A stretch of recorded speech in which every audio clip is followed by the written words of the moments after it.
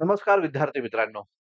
मित्रांनो, आज आपण हिस्ट्री बाय संतोष चव्हाण या आपल्या ॲप्लिकेशनवर जगाच्या इतिहासाला सुरुवात या ठिकाणी केलेली आहे.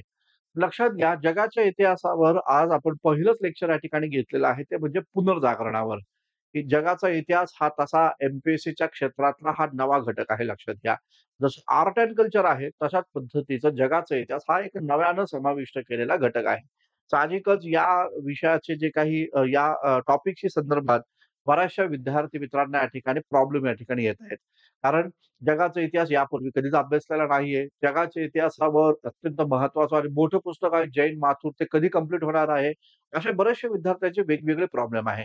लक्षात घ्या आणि विशेष महत्त्वाचं म्हणजे हिस्ट्री ऑप्शनलसाठी जगाचा इतिहास तर आहेच आहे.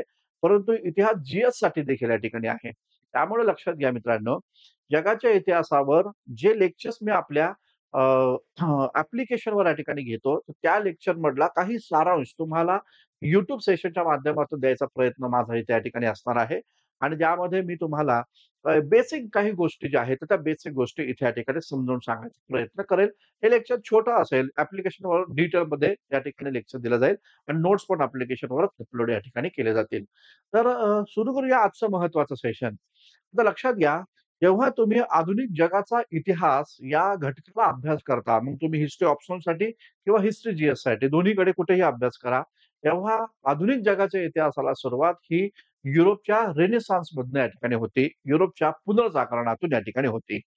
त्यामुळे पुनर्जागरण काय आहे? पुनर्जागरण म्हणजे काय आहे? ते समजून घेणं खूप जास्त या ठिकाणी गरजेचं आहे. विविध प्रकारच्या पुस्तकांमध्ये पुनर्जागरणाच्या वेगवेगळ्या व्याख्या दिलेल्या आहेत. पण एकूणच त्या व्याख्यांमधला सार काढून आपण पुनर्जागरण म्हणजे काय आहे? तो घटक इथे या ठिकाणी अभ्यासणं खूप जास्त या ठिकाणी गरजेचं आहे. तर आपण पुनर्जागरण नेमकं काय आहे? कशाला म्हटलं जातं? त्या घटकावर आता आपण इथे या ठिकाणी चर्चा करूया. आता लक्षात घ्या, पुनर्जागरणाचा शब्दशः अर्थ जर आपण इथे या ठिकाणी पाहिला, तर तो काय नेमकं होतं? तर कालखंड जो आहे, त्या गत कालखंडाचं वैभव पुन्हा प्राप्त करून देणं, हा याचा साधक-बाधक पद्धतीने याचा अर्थ या ठिकाणी होतो. पुनर्जागरण लक्षात घ्या, ही कोणतेही राजकीय अथवा धार्मिक आंदोलन नव्हतं. नीट समजून घ्या, पुनर्जागरण हे जे युरोपात झालं, ते कोणतंही राजकीय अथवा धार्मिक आंदोलन या ठिकाणी नव्हतं. तर युरोपच्या प्राचीन कालखंडामध्ये ज्या रोमन आणि युनानी सभ्यता होत्या, त्या सभ्यतांना पुनर्जीवित करण्याचा प्रयत्न हा युरोपामध्ये या ठिकाणी झाला आणि त्या प्रयत्नाला या ठिकाणी पुनर्जागरण म्हणून संबोधलं जातं. या पुनर्जागरणामध्ये कोणकोणत्या गोष्टींवर भर देण्यात आला? तर या पुनर्जागरणामध्ये लौकिक जगाबाबत आस्था, त्याचबरोबर मानवतावाद, तर्कबुद्धी, न्यायसंगत विचार, ज्याला बुद्धिप्रामाण्यवाद पण आपण म्हणू शकतो आणि त्याचबरोबर नैसर्गिक सौंदर्य, या घटकांवर पुनर्जागरणावर भर देण्यात आल्याचं एकंदरीत दिसून येतं. लक्षात घ्या, युरोपामध्ये झालेलं जे पुनर्जागरण होतं, ती अचानक घडलेली प्रक्रिया नव्हती. तर त्यासाठी युरोपच्या काही पिढ्या आपल्याला इथे या ठिकाणी काम करताना एकंदरीत दिसून येत होते. पुनर्जागरणाचा कालखंड जर आपण इथं पाहिला, तर तो आहे 1350 ते 1550 या दरम्यान. साधारणतः हे 200 वर्ष हे युरोपामध्ये पुनर्जागरणाचा कालखंड हा इथे या ठिकाणी मानला जातो. तर लक्षात घ्या, या कालखंडाच्या आधी म्हणजे 12व्या शतकामध्ये, इसवी सनाच्या 12व्या शतकामध्ये युरोपामध्ये खास करून फ्रान्समध्ये एक महत्त्वाचा या ठिकाणी शासक होऊन गेला, ज्याचं नाव होतं फ्रेडरिक द्वितीय. हा फ्रेडरिक द्वितीय जो होता, हा नव्या विचारांचा या ठिकाणी शासक होता आणि मध्य काळामध्ये असणाऱ्या धार्मिक संकुचित विचार जे होते, त्या संकुचित विचारांचा तो या ठिकाणी विरोधक होता. वैज्ञानिक दृष्टिकोन लोकांनी किंवा वैज्ञानिक मनोवृत्ती लोकांनी बाळगली गेली पाहिजे आणि त्याचबरोबर आत्मभान युरोपामध्ये या ठिकाणी निर्माण करणं गरजेचं आहे. अशा प्रकारच्या विचारांचा आणि मानवतावादी विचारांची भूमिका घेणारा हा फ्रेडरिक या ठिकाणी द्वितीय त्या नावाचा शासक युरोपामध्ये रेनेसान्सच्या आधीच्या वर्षामध्ये किंवा रेनेसान्सच्या आधीच्या शतकामध्ये म्हणू आपण, तिथे या ठिकाणी तो जन्मास आल्याचं एकंदरीत दिसून येतं.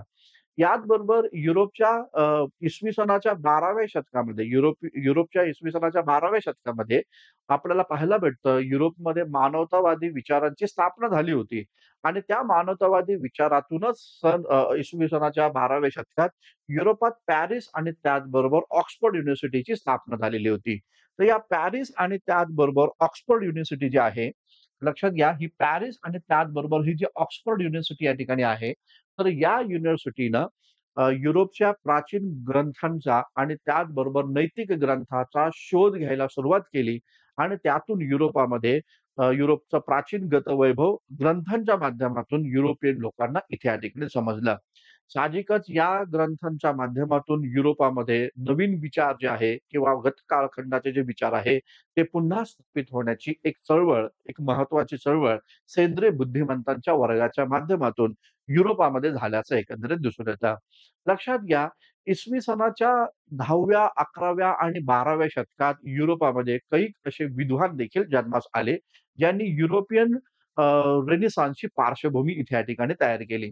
यामध्ये फ्रेंच विद्वान होते, ज्याचं नाव होतं पीटर आलेबार. दुसरे होते इंग्लंडचे रॉजर बेकन आणि त्याचबरोबर इटलीचे होते दांते. या अलेबारनं त्याचबरोबर या ठिकाणी रॉजर बेकननं आणि दांतेनं युरोपामध्ये काय घडवून आणलं, तर युरोपामध्ये त्यांनी वैज्ञानिक दृष्टिकोन इथे या ठिकाणी घडवून आणला. तर वैज्ञानिक मनोवृत्ती, वैज्ञानिक दृष्टिकोनावर त्यांनी या ठिकाणी भर दिला. मानवतावादावर त्यांनी भर दिला आणि मनुष्याच्या दुर्बलतेचा शोध घेण्यावर त्यांनी इथे या ठिकाणी भर दिला. या 3 विचारवंत जे अनुक्रमाने जर आपण बघितलं, तर 10व्या, 11व्या आणि 12व्या शतकात जन्मास आले. तर त्या लोकांनी त्या ठिकाणी युरोपमध्ये मोठ्या प्रमाणावर युरोपच्या रिनेसान्सची पार्श्वभूमी इथे या ठिकाणी त्यांनी घडवून आणलेली आहे, असं एकंदरीत या ठिकाणी पाहायला भेटतं. म्हणजे लक्षात घ्या युरोपमधलं जे अ, पुनर पुनरु अ, अ, युरोपामध्ये जे पुनर्जागरण या ठिकाणी झालं, हे पुनर्जागरण ही एकाएकी घडलेली प्रक्रिया नव्हती. तर युरोपच्या काही शतकांचा इतिहास या पुनर्जागरणाला इथे या ठिकाणी होता आणि या शतकांमध्ये आपल्याला फ्रेडरिक द्वितीयनं महत्त्वाची घेतलेली भूमिका, पॅरिस आणि ऑक्सफोर्ड युनिव्हर्सिटीच्या माध्यमातून प्राचीन ग्रंथ आणि नैतिक ग्रंथांचा शोध यामुळं युरोपामध्ये नवीन विचार जे आहे किंवा गतवैभव जे आहे ते युरोपियन लोकांना समजू लागलं आणि त्याचबरोबर हे जे विचारवंत या ठिकाणी होते युरोपामध्ये, ज्यामध्ये या ठिकाणी पीटर आलेबार आहे, त्याचबरोबर रॉजर बेकन आहे आणि दांते आहे. त्यांनी युरोपामध्ये वैज्ञानिक मनोवृत्ती लोकांची निर्माण करण्यावर जो भर दिला आणि मानवाच्या दुर्बलतेचा शोध घेण्यावर त्यांनी जो भर या ठिकाणी दिला, त्यातून युरोपामध्ये 14व्या शतकामध्ये या ठिकाणी म्हणू शकतो आपण, ते म्हणजे पुनर्जागरण जे आहे ते इथे या ठिकाणी घडलं, असं एकंदरीत दिसून येतं. लक्षात घ्या, युरोपच्या या पुनर्जागरणामध्ये कोणकोणत्या गोष्टींचा समावेश होता किंवा युरोपच्या पुनर्जागरणामुळे काय-काय महत्त्वाच्या गोष्टी या ठिकाणी झाल्या. तर त्यामध्ये सर्वात महत्त्वाचं म्हणजे युरोपचा सामंतवाद जो होता, तर त्या सामंतवादाचा ऱ्हास युरोपामध्ये या ठिकाणी झाला. युरोपच्या पुनर्जागरणामध्ये सामंतवादाचा ऱ्हास, नव्या विचारांचा उदय, मानवतावादाचा स्वीकार, त्याचबरोबर नवीन शहरांचा उदय, भौगोलिक जगाचा शोध आणि त्याचबरोबर प्रारंभी भांडवल आगमन आणि त्याचबरोबर या ठिकाणी दारुगोळा आणि दिशादर्शक यंत्र इत्यादींचा आविष्कार जो आहे, तर या आविष्कारांचाही समावेश हा या ठिकाणी पुनर्जागरणामध्ये होतो, असं आपल्याला या ठिकाणी दिसून येतं. थोडक्यात काय पुनर्जागरण म्हणजे काय? तर मध्य काळामध्ये लुप्त झालेली बौद्धिक परिवर्तनाचा बोध घेणं म्हणजेच या ठिकाणी पुनर्जागरण आहे, हे इथे या ठिकाणी लक्षात घ्या. काय मी नीट सांगतो ते नीट समजून घ्या. युरोपच्या मध्य काळामध्ये लुप्त झालेली बौद्धिक परिवर्तन जे आहे, तर त्या बौद्धिक परिवर्तनाचा बोध हा पुनर्जागरणामध्ये इथे या ठिकाणी घेण्यात आल्याचं एकंदरीत या ठिकाणी पाहायला भेटतं. लक्षात घ्या, पुनर्जागरण जे आहे, हे पुनर्जागरण या ठिकाणी मी आधीच सांगितल्याप्रमाणे ते राजकीय अथवा धार्मिक आंदोलन या ठिकाणी नव्हतं. तर ते बौद्धिक आणि उदार सांस्कृतिक चळवळ ही युरोपामध्ये या ठिकाणी होती, असं एकंदरीत दिसून येतं. लक्षात घ्या, या पुनर्जागरणामध्ये किंवा हे पुनर्जागरण जे घडलं गेलं, त्या पुनर्जागरण घडण्यामागची काय महत्त्वाची कारणं होती, ती पण आपण इथे या ठिकाणी पाहून घेऊया. युरोपच्या पुनर्जागरणामध्ये महत्त्वाचं कारण हे धर्मयुद्ध या ठिकाणी होतं, हे लक्षात घ्या. धर्मयुद्ध काय तर जेरुसलेम नावाचा जो प्रांत आहे, जो प्रांत या ठिकाणी ख्रिश्चन मिशनऱ्यांना आणि त्याचबरोबर या ठिकाणी अ, मुस्लिम शासकांसाठी ते खूप महत्वाचं या ठिकाणी पवित्र तीर्थक्षेत्र आहे आणि त्या पवित्र तीर्थक्षेत्र हस्तगत करण्यासाठी युरोपामध्ये एक धर्मयुद्ध या ठिकाणी झालं. युरोपचे लोक अरबस्थानामध्ये गेले आणि अरबांमध्ये असणारे नवीन विचार जे आहे, हे नवीन विचारांची ओळख हे युरोपियन लोकांना इथे या ठिकाणी झाली. त्याचबरोबर युरोपामध्ये नंतरच्या काळामध्ये व्यापारिक समृद्धी देखील आली. व्यापारिक समृद्धी कशी आली? तर लक्षात घ्या, युरोपचा पश्चिम आशिया जर आपण इथं बघितला, तर या पश्चिम आशियामध्ये जे काही अरब कंट्रीज होत्या, त्या अरब कंट्रीचा मध्य कालखंड जो होता, हा मध्य कालखंड खूप जास्त या ठिकाणी समृद्ध कालखंड मानला जातो. कारण या काळामध्ये आपल्याला माहिती आहे, पूर्वी ह्या काळामध्ये रानटी टोळ्या होत्या हे लोकं आणि नंतर मग ते वेल सिव्हिलाइज्ड या ठिकाणी बनले. इस्लामच्या आगमनामुळे त्यांच्यामध्ये मानवतावाद, बंधुभाव आणि बऱ्याचशा चांगल्या-चांगल्या बाबी त्या समाजामध्ये रुजल्या आणि मग त्या लोकांनी भारतावर आक्रमण केलं किंवा भारतीय सभ्यता किंवा पूर्वेकडच्या पूर्वीय आशियातले लोकांशी त्यांचा संपर्क आला आणि त्या लोकांनी त्या भागातील चांगल्या-चांगल्या बाबी घेऊन आपल्या देशाला विकसित या ठिकाणी केलं.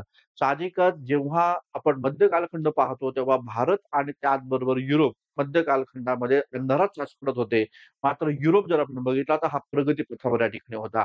आणि मग अशा सगळ्या परिस्थितीमध्ये युरोपमध्ये अशा सगळ्या परिस्थितीमध्ये अरब स्थानामध्ये मोठ्या प्रमाणावर तिथे या ठिकाणी प्रगती झालेली होती आणि त्या प्रगतीमुळं पाहायला भेटतात, की युरोपियन लोक हे इकडे या ठिकाणी आकर्षित देखील या ठिकाणी झाले. साहजिकच अरब स्थानामध्ये ते आकर्षित झाल्यामुळं अरब स्थानामध्ये असणाऱ्या चांगल्या वस्तूंचा व्यापार हे युरोपियन लोक या ठिकाणी करू लागले. जेरुसलेम आणि त्याचबरोबर मायनर आशिया या भागामध्ये हे युरोपियन लोक राहू लागले. परिणामी युरोपची देखील भरभराटी या काळामध्ये होताना एकंदरीत दिसून येतात. आता युरोपामध्ये जी काही व्यापारिक समृद्धी या ठिकाणी आली, तर त्या व्यापारिक समृद्धीच्या माध्यमातून युरोपामध्ये काय-काय घडलं गेलं? तर व्यापारिक समृद्धीच्या माध्यमातून युरोपामध्ये नव्या तत्वांची ओळख इथे या ठिकाणी झाली. कारण युरोपियन लोक अरबी लोकांच्या संपर्कात आले, त्यामुळे बीजगणित, अंकगणित, वैज्ञानिक दृष्टिकोन त्याचबरोबर दिशादर्शक यंत्र या बाबींचा या युरोपियन लोकांना ओळख या ठिकाणी झाली आणि म्हणून या नव्या तत्वांच्या ओळख यांना झाल्यामुळं यांनी स्वतःच्या जीवनामध्ये बदल घडवून आणण्याचा प्रयत्न केला. त्याचबरोबर युरोपामध्ये आपल्याला पाहायला भेटतं या व्यापारिक समृद्धीमुळे नवीन शहरं जी आहेत ती या ठिकाणी उदयास आल्याचं एकंदरीत दिसून येतं. मग या नवीन शहरांमध्ये जर आपण इथं पाहिलं, तर लक्षात घ्या ही महत्त्वाची शहरं आपल्याला पाहायला भेटतात. मिलान नावाचं शहर, व्हेनिस नावाचं शहर, फ्लोरेन्स नावाचं या ठिकाणी शहर, नेपल्स नावाचे शहर, या प्रकारची शहरं जी आहेत ती युरोपामध्ये या ठिकाणी निर्माण या ठिकाणी होताना दिसून येतात आणि हेच शहरं एक महत्त्वाचं व्यापारी केंद्र देखील इथे या ठिकाणी बनलं. साहजिकच हे शहरं व्यापारी केंद्र बनल्यामुळं मोठ्या प्रमाणावर लोक इथे येऊ लागले. एकमेकांची वैचारिक देवाण देखील या ठिकाणी झाली. संस्कृतीची देवाण या ठिकाणी झाली आणि त्यातून या लोकांना युरोपियन लोकांना आपण मागास आहोत, बाकीचे लोक प्रगत आहेत, त्या प्रकारची भावना युरोपियन लोकांच्या मनात निर्माण होती आणि मग हे शहरं जे आहेत, हे नवे शहरं देखील स्वतःला प्रगतीपथावर नेण्याचा प्रयत्न करताना एकंदरीत दिसून येतात. युरोपामध्ये जी व्यापारिक समृद्धी झाली त्यातून काय झाले, तर व्यापाऱ्यांकडे पैसा आला आणि हे जे व्यापारी जे होते, हे व्यापारी लोकांकडे संपत्ती आल्यामुळं पाहायला भेटतं यांनी साहित्यिकांना, त्याचबरोबर दरबारी लोकांना, विविध प्रकारच्या विद्वानांना आश्रय या ठिकाणी दिला. वास्तविकता युरोपामध्ये पहिलं कसं होतं, तर युरोपामध्ये जो पोप होता, हा पोपच या ठिकाणी मानायचा, की संपत्तीचा सारा रक्षणकर्ता मीच आहे. संपत्ती बाकीच्या लोकांनी बाळगायलाच नकोय. या प्रकारची भूमिका ही युरोपियन पोपनं इथं मांडली होती. आता मात्र संपत्ती ही सर्वसामान्य व्यापारी वर्गाकडे आली आणि त्यामुळं या व्यापारी वर्ग जो होता, तर त्या व्यापारी वर्गानं संपत्तीच्या आधारावर साहित्यिकांना, विद्वानांना आश्रय या ठिकाणी दिला आणि विशेष महत्त्वाचं म्हणजे हे साहित्यिक, हे विद्वान लोकांनी अ, पोपच्या भीतीच्या पलीकडे जाऊन त्यांनी या ठिकाणी स्वतंत्र विचाराचे ग्रंथांची रचना या ठिकाणी केली, साहित्याची रचना केली, ज्यामुळे मोठ्या प्रमाणावर विकास हा या ठिकाणी युरोपामध्ये होताना एकंदरीत दिसून येतो. एक वैचारिक विकास मोठ्या प्रमाणात झाला. त्याचबरोबर आपल्याला पाहायला भेटतं याच व्यापारी लोकांनी युरोपच्या सत्तेला आव्हान दिलं. कारण या पोपच्या सत्तेला या ठिकाणी आव्हान दिलं. पोपची भूमिका अशी राहिली होती, की व्याजाचे व्यवसाय या ठिकाणी करू नका. व्याजाचे व्यवसाय करणं हे धार्मिक गुन्हा आहे, असं धर्म या ठिकाणी सांगत होता. मात्र व्यापारी लोकांना व्याजाच्या पैशातून नफा मिळत होता आणि म्हणून त्यांनी पोपच्या सत्तेला आव्हान देण्याचा निर्णय घेतला आणि पोप सांगेल तीच पूर्व दिशा या प्रकारच्या भूमिकेला त्यांनी विरोध केल्याचं एकंदरीत या ठिकाणी दिसून येतं. याचबरोबर आपल्याला या ठिकाणी पाहायला भेटतं, व्यापारिक समृद्धी जसं हे कारण या ठिकाणी पुनर्जागरणाचं होतं, त्याचबरोबर आपल्याला पाहायला भेटतं, कागद आणि त्याचबरोबर मुद्रण यंत्र यांचा शोध लागणं हे देखील युरोपच्या पुनर्जागरणाचं महत्त्वाचं वैशिष्ट्य अथवा कारण इथे या ठिकाणी मानलं जातं. मग या संदर्भामध्ये आपण कशी मांडणी करणं गरजेचं आहे? तर लक्षात घ्या, आपल्याला माहिती आहे की कागद हे चीनमध्ये पहिल्यांदा या ठिकाणी निर्माण झालं. त्यानंतर चीननंतर ते या ठिकाणी अरब स्थानामध्ये आलं सिल्क रूटच्या माध्यमातून. मग अरबी लोकांना कागद कसा बनवायचा हे माहिती होतं. मात्र युरोपियन लोकांना कागद कसा बनवायचा ते माहीत नव्हतं. आणि म्हणून मग जेव्हा धर्मयुद्धाच्या माध्यमातून हे युरोपियन लोक व्यापार करण्याच्या माध्यमातून हे युरोपियन लोक जेव्हा अरब स्थानामध्ये या ठिकाणी जातात, तेव्हा अरब स्थानामध्ये अरबी लोक जे आहे किंवा तिकडचे जे काही तुर्की लोक जे आहे, ते कशा पद्धतीने कागद निर्माण करतात, ती कला युरोपियन लोकांनी इथे या ठिकाणी शोधून काढली. याच काळामध्ये जर्मनीमधला जोहान्सबर्ग गुटेनबर्ग जो आहे, या जोहान्सबर्ग गुटेनबर्गनं छपाई तंत्र, मुद्रण यंत्राचा शोध या ठिकाणी लावला. साहजिकच कागदाचा आविष्कार आणि मुद्रण यंत्राचा आविष्कार यामुळे झालं काय? तर यामुळे आपल्याला पाहायला असं भेटतं, युरोपामध्ये मोठ्या प्रमाणात साहित्याची रचना इथे या ठिकाणी झाली आणि जास्तीत जास्त साहित्य मात्र त्या ठिकाणी ते कमी शुल्कांमध्ये असलं पाहिजे अशा प्रकारची भूमिका आली आणि त्यामुळे युरोपमध्ये मोठ्या प्रमाणात वैचारिक जागृती इथे या ठिकाणी झाल्याचं एकंदरीत दिसून येतं. युरोपच्या पुनर्जागरणाचं ते चौथं महत्त्वाचं कारण म्हणजे कॉन्स्टंटिनोपाल जो आहे, त्या कॉन्स्टंटिनोपालवर तुर्कांचा अधिकार इथे या ठिकाणी स्थापित झाला. मग आता कॉन्स्टंटिनोपालवर तुर्कांचा जो अधिकार या ठिकाणी स्थापित झाला, त्यामुळं काय झालं ते पण आपण इथं पाहूया. आता बघा इथं दिलेला आहे कॉन्स्टंटिनोपाल, हा ज्याला आज आपण इस्तांबूल या नावानं इथे या ठिकाणी संबोधतो. आता हा जो कॉन्स्टंटिनोपाल जो आहे, हा तुर्कांच्या अधिपत्याखाली गेला. वास्तविकता कॉन्स्टंटिनोपाल जर आपण पाहिलं, तर कॉन्स्टंटिनोपाल ही एक त्या काळामध्ये अत्यंत समृद्ध असणारं हे शहर या ठिकाणी होतं. या काळामध्ये युरोपियन लोक कॉन्स्टंटिनोपॉलमधनं त्या ठिकाणी आशियाकडे या ठिकाणी येत होते. म्हणून त्याला खुशकीचा मार्ग म्हटलं जायचं. आता कॉन्स्टंटिनोपॉलचं आणखीन वैशिष्ट्य काय? तर इथे या ठिकाणी जगातील सर्वात विद्वान लोक कॉन्स्टंटिनोपॉलमध्ये राहत होते. विविध विद्वान साहित्यिक, कलाकार, स्थापत्य कलाकार या प्रकारचे खूप सारे लोक हे कॉन्स्टंटिनोपॉलमध्ये इथे या ठिकाणी राहत होते. तुर्कांनी काय केलं? तुर्कांनी कॉन्स्टंटिनोपॉलवर अधिकार स्थापित केला आणि या भागातल्या विद्वानांना त्यांनी देश हद्दपार या ठिकाणी केलं. साहजिकच देशातून हद्दपार झालेले हे जे लोक आहेत, या लोकांनी युरोपामध्ये मायग्रेशन या ठिकाणी केलं. खास करून इटलीमध्ये मोठ्या प्रमाणात यांचं मायग्रेशन इथे या ठिकाणी झालं आणि त्यामुळं हे जे लोक आहे, हे युरोपामध्ये गेले, इटलीमध्ये गेले, फ्रान्समध्ये गेले, जर्मनीमध्ये गेले, इंग्लंडमध्ये गेले आणि तिथं जाऊन त्यांनी त्या देशांमध्ये नवीन विचार, नवीन साहित्याची रचना त्यांनी इथे या ठिकाणी केल्याचं एकंदरीत दिसतं. यातून नव्या विचारांनी युरोप या ठिकाणी जागृत झाल्याचं एकंदरीत या ठिकाणी पाहायला भेटतं. तर हा एक महत्त्वाचा मुद्दा हा या ठिकाणी आपल्याला पाहायला भेटतो आणि त्याचबरोबर मंगोल साम्राज्याचा उदय हे देखील एक महत्त्वाचं कारण हे पुनर्जागरणाचं या ठिकाणी होतं असं एकंदरीत दिसून येतं. मग मंगल साम्राज्याचा उदय काय? तर मंगोलांचं आपल्याला माहिती आहे बघा, मध्य कालखंड आपण अभ्यासतो बघा. त्यावेळेस चंगीज खान सारखा कार्यकर्ता हा आपल्याकडे या ठिकाणी आला होता बघा. त्यावेळेस कोण होता राजा? तेव्हा अल्तमश राजा होता बघा. आता चेंगीज खान हे मंगोलियन साम्राज्य बघा, एवढं मोठं साम्राज्य या ठिकाणी होतं. मंगोलियन साम्राज्यातला बराचसा पार्ट हा युरोपामध्ये पण होता. म्हणजे आशिया तर होताच होता, उत्तर आशिया तर होताच होता. उत्तर आणि मध्य आणि त्याचबरोबर या ठिकाणी युरोपचा देखील बराच भाग हा मंगोलियन साम्राज्याच्या ताब्यामध्ये होता. चेंगीज खानच्या निधनानंतर कुबलई खान इथे या ठिकाणी एक महत्त्वाचा शासक बनतो आणि त्या कुबलई खानच्या दरबारामध्ये मार्को पोलो जो एक वेनिस शहराचा या ठिकाणी प्रवासी होता. हा मार्को पोलो इथे या ठिकाणी जातो.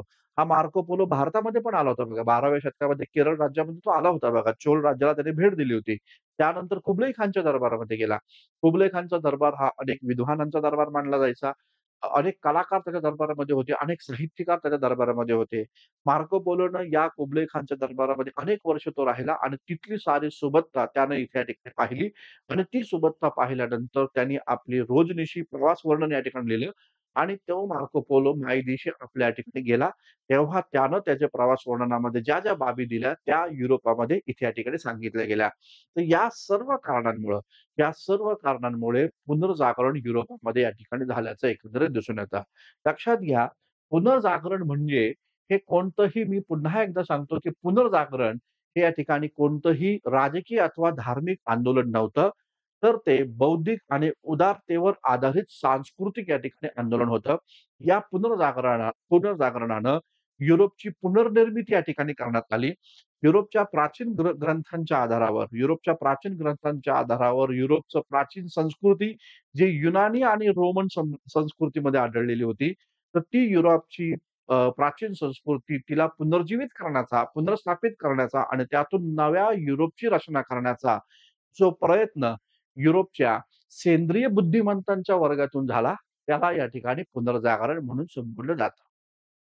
थांबू आपण. भेटूया पुढच्या सत्रामध्ये. धन्यवाद. Thank you very much.